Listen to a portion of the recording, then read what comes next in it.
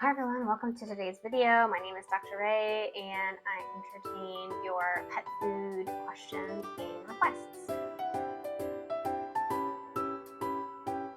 So today I'm going to hop on over to my YouTube page and see what it is we can discuss today.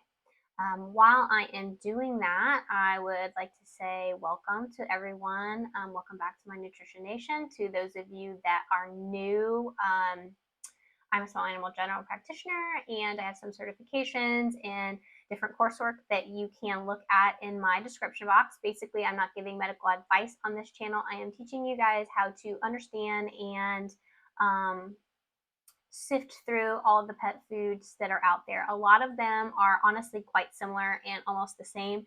What differentiates them a lot of time is the marketing, and that is where these companies battle it out to, become your kind of like the Bachelor, like become your number one love interest in pet food. But a lot of the times, that is very superficial. And what we want to do is we want to go below that and get into the actual nutrients and then worry about some of these other bells and whistles after we feel comfortable that a food is nutritionally sound. So I'm going to help you do that. What I'm going to do is we're going to utilize a pet food scoring system that I developed that allows you to evaluate food against food against food, all on an even scale, no bias, no emotional blackmail, no fuzzy feelings, just the basics. And then once we find out whether or not the food has the bones, then we can go on to some of these other things. And so I do this by request. I don't get paid. I'm not sponsored. I do this just to kind of hang out with you guys today on my lunch break. And let's see here. I do it by request. So let's see if we have any good options here. Some of these I've already answered, and so I do have playlists that are set up that show foods that score highest on my pet food scoring system and foods that score lower. So you can utilize that when you have questions. You might want to look there because they may already be answered. Let's see. They're saying this is a good one. I haven't looked at it yet. This is from Courtney8863. She's saying Life's Abundance dog food. It looks like a decent food, and customers give good anecdotal reviews, but I don't see many people evaluating the kibble. So I've not done it. I'm doing this for the first time with you guys, and hopefully we can get this in the next 40 minutes before my lunch break ends. But we are going to do Life's Abundance for Courtney. Hopefully all the information is on the website that we need. I'm going to go through it, I guess, how I would do it, just like you would if this is the first time that you guys are looking at food. So they have cat and dog food, it looks like. This is the website. I just Googled it, lifesabundance.com. Very simple package. I like simple packaging. I don't like crazy packaging that is distracting or confusing.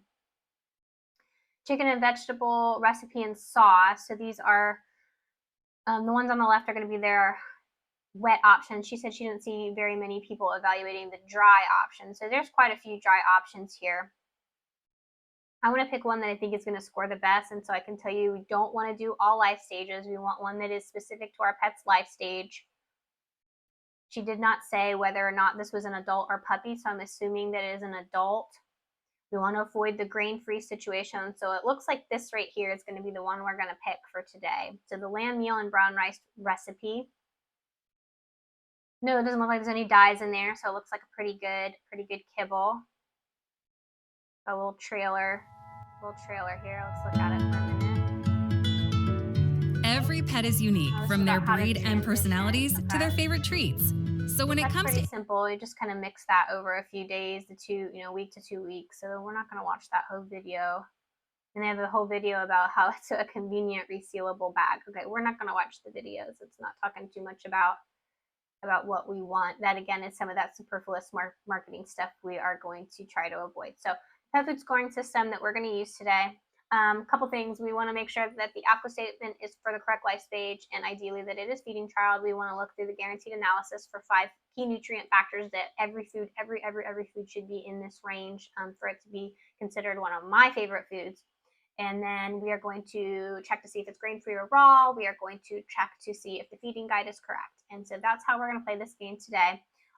Most all my recent videos have that pet food scoring system. In the very beginning, I did not have that. So if you watch one of my earlier videos, you may not see that pet food scoring system is in place, but you can apply this scoring system to those diets or any diet. as long as the food's on the parameters are on a dry matter basis, and between 35 to 4,000 on the metabolizable energy scale. So let's see if we can find the information that we want. Key ingredients.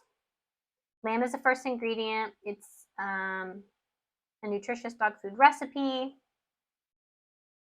Some probiotics, antioxidants, listing all of the things here. I do like egg. Eggs are a really good protein source. They're low in minerals, so I like that. Hopefully the mineral situation is going to be good. They're listing these things on a as-fed basis, but they do have some of the parameters that we want. Ideally, you want to convert these to a dry matter basis. It's not going to be necessary because as I'm perusing these things, I can see that that small amount that it is going to shift it is not going to change my end thoughts on this food. And a lot of you guys that are, members of this Nutrition Nation and have been members with us for a while kind of can do the same thing and look at the parameters and understand what foods may be falling into the recommended ranges and which may not. So if you are watching this video and you guys are looking at this guaranteed analysis and you already know what's up, give me a little maybe emoji so I know how many of you guys are learning and that my educational series here are not falling on deaf ears. All right, so metabolizable energy, 3,700. That is great. It's 427 kcals per cup. So let's put that here. We're going to need that to calculate the feeding requirement later.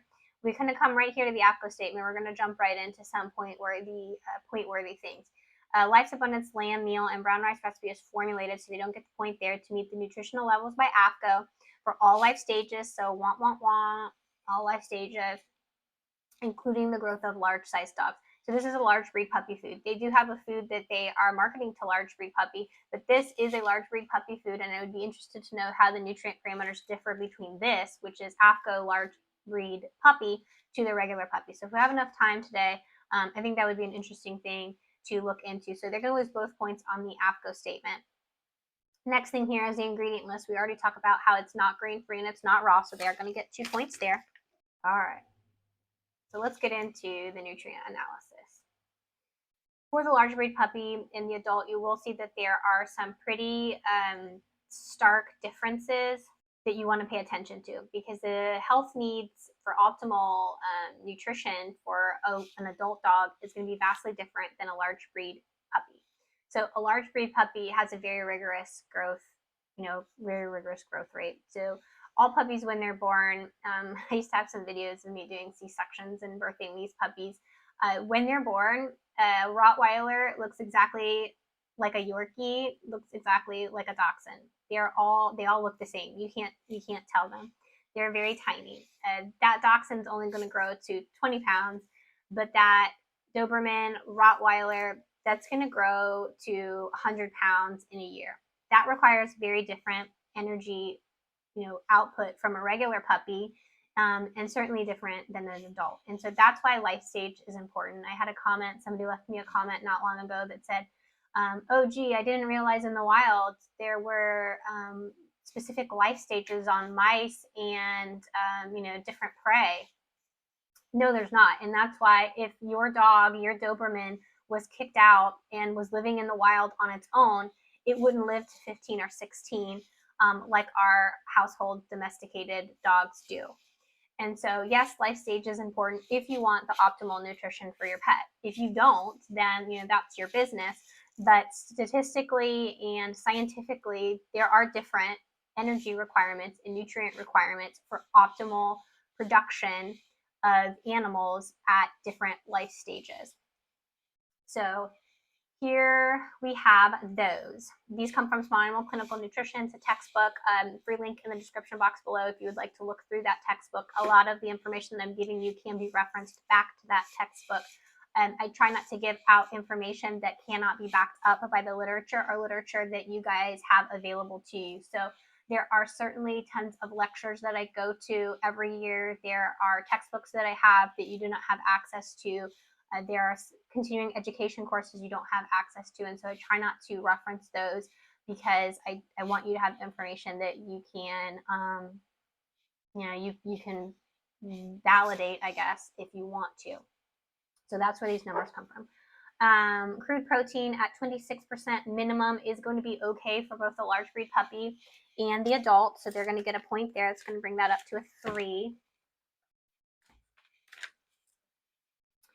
Fat at 16% is going to be too much for a large breed puppy. It's going to allow for way too fast growth, which could lead to some metabolic bone disease. So too fat for the puppy, but okay for the adult. So it's going to be 4 for the adult. And I'm going to put large breed puppy up here on the top for myself. Fiber at 5 is going to be good for both, so both going to point there. Then we get down into the minerals. That's why I said it's not going to make a difference to be on a dry matter basis, because I can already tell you that these minerals are in excess for both. Well, at least the calcium is going to be in excess for both, so they're both going to lose a point on the calcium. And then the phosphorus is going to be okay on the large breed puppy, but is going to be in excess for the adult. So that's going to bring the puppy up to 1, 2, 3, 4, 5, and the adult up to 1, 2, 3, 4, 5. So they're both going to stall out here at a 5. So even if we go into the feeding guide, which we will, just to show you guys how to do it, they're going to stall out at a 6, which for me means it's missing some of the very important aspects that I want to see in a food at the very beginning. And so to me, because this doesn't pass the nutrient profile, it doesn't matter to me what ingredients are in there. It does not matter to me if they're making this food from food of the gods. It's not making sense to me because the nutrient levels are not there. So that's kind of that. Let's see.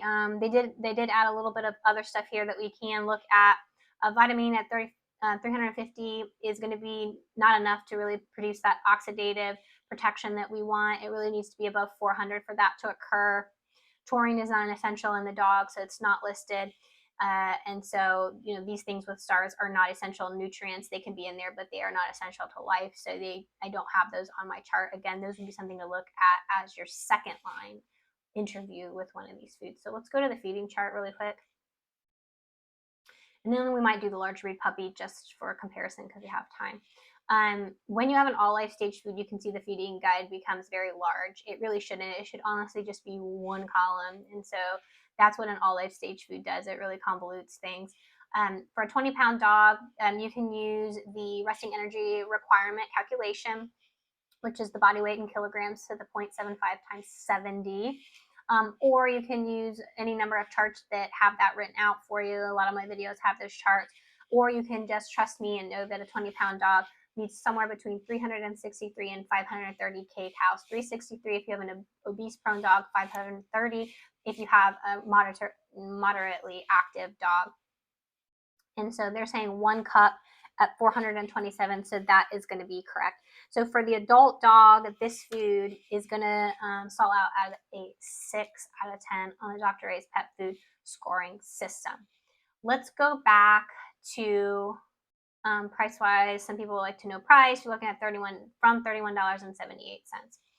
Let's see how that differs maybe from the large breed puppy, just for funsies. 6.6 pound bag at $25.55. The culinary craze for canines is here. That's quite a bit of alliteration there. Again, all marketing to try to draw you in. But let's get to the bare necessities here. So for a large breed puppy, we're going to close the adult and we're going to pull up just the large breed puppy parameters here. So protein is going to be good at 25. Fat between 8 and 12 is going to be a little bit over. So you're going to lose a point there. Now you will, if you go through small animal clinical nutrition, notice that there are some different numbers there, different from this chart. The reason is if you go to the feeding of young dog feeding, you will find that I believe that this number goes up to 17%. But if you go to the metabolic bone chapter, you will see that it is recommending even more. If you want to be really careful about metabolic bone disease, it's recommending an even more restricted fat level. And so that's why I chose the 12%. And I'm utilizing it from that chapter. So if you're going with, just the regular chapter, then yeah, most dogs are probably going to be okay with this at 14%. But if you want to be really careful and really do what's optimal, you ideally want to get that fat down between 8 and 12. So I am not going to give them a point here. Just remember, if you want, like if this is a wobbler for you, you want to add that point in. that's the reason why these numbers may be different than that chapter on small animal clinical nutrition. You need to go down further and go to the orthopedic disease chapter. Fiber at 4.5% is going to be okay. So not grain-free, not raw. Fiber, protein. Let's get down to the minerals. 1.2 in the calcium. Okay.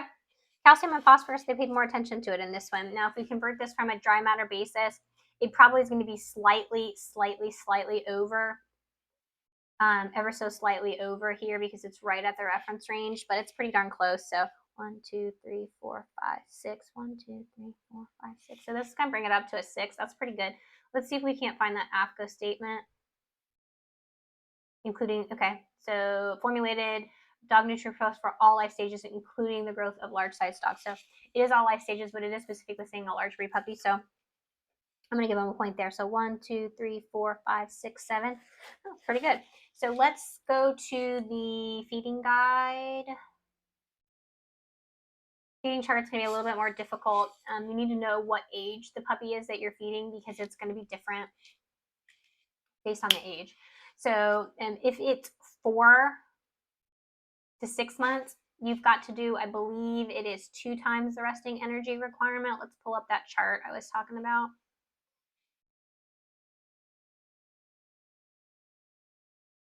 So if you see here, canine growth, 4 months and older, 2 times the resting energy requirement. So we already know for a 20-pound dog, that's 366. So 732.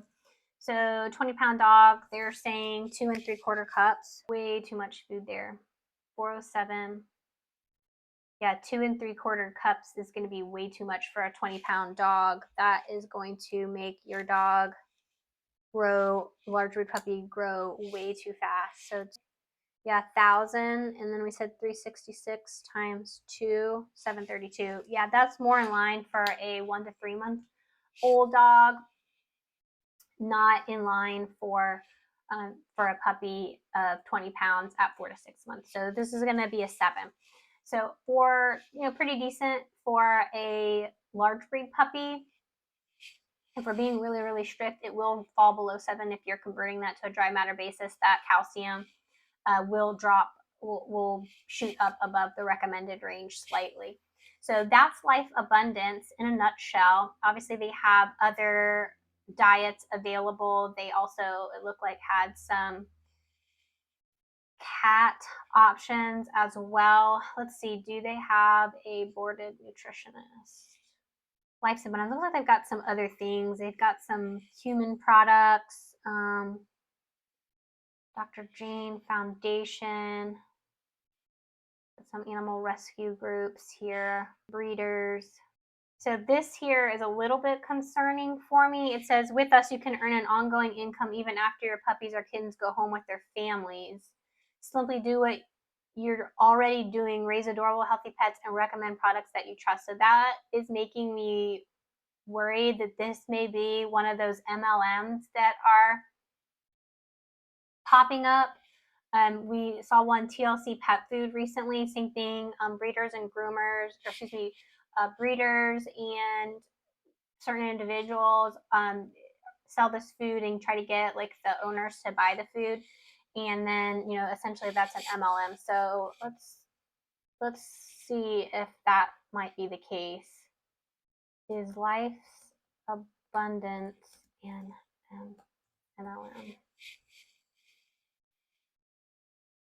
Yeah, so Life's Abundance is considered a MLM. So that may be something that you want to consider if this food's being recommended to you by, I guess, your veterinarian. I didn't even know it existed, so I don't think most MLMs are on veterinarians' radars, honestly. But if your breeder or your groomer or your pet supply company is recommending this, they may, I don't want to say that they do, but they may have a special invested interest in this particular brand. While we're on here, let's just see if it has a board certified nutritionist. So Life's Abundance have a boarded staff. Their website mentions an industry-renowned veterinary nutrition consultancy. Okay. Yeah, I'm going to say no on that. All right. Well, that's unfortunate. The one diet seems like maybe it would be an okay option, but there are some other extenuating circumstances that you might want to consider. This being an MLM, whether or not that sits well with you. But this is for Courtney. She asked for this review. So that is my quick breakdown of Life's Abundance. I hope you enjoyed, and you guys will come hang out again with me soon. If you did, please be sure to like and subscribe, give me the thumbs up, help the channel grow, and share with your friends so that they can also learn how to do this. And I enjoyed hanging out with you guys. I hope you guys will come back and hang out again with me next week.